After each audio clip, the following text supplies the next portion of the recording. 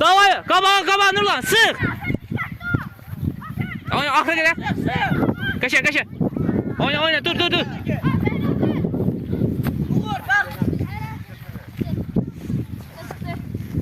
Nurlan, götür, topu götür.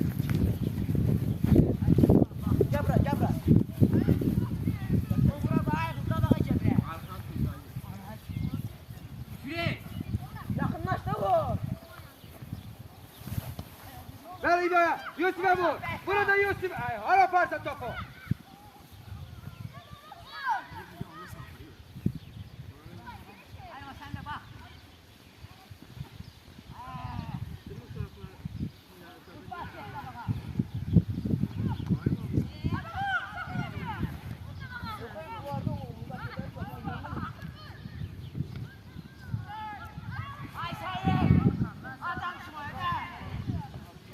Aytunda ondan başka oynayan var bak Gülşah'ın üstte kışkırma.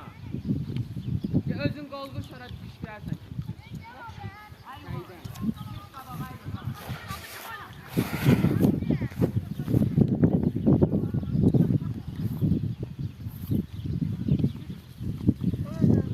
At pasa. Oyna. Sağ ol İrfan. Yaşa Arif. Yusuf niye göstermişsen sağına? Akın oyna. Geç.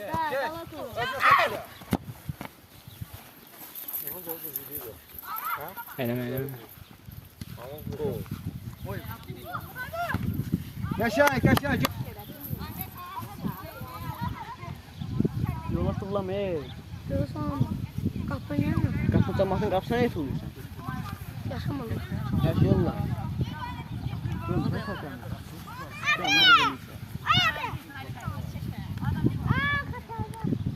Adam var Hatay'da aldı. Bak topa.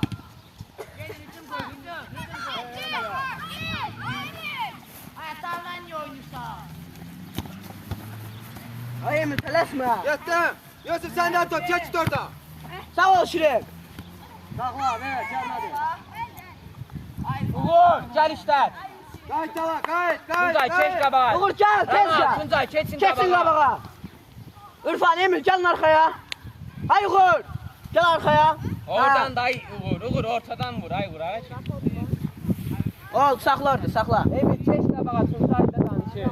Bak düz Tuncay'a bak. İki nəfəri gol vurmaq olar qabağa. Kapıya yoxla, sen kapıya yoxla Emir, burada. keç qabağa. Sen de Tuncay. Coşkun gəlir. Hangisi coşkun? Ayaq oyna. Coşkun məndən də yekədir. Boyda yekədir. Ne olsun o uşaq məndən boyda yekədir. Sən saçma qoyamazsan, ayıb bir ya. Aziz! Geç olma. Hələ. Hele.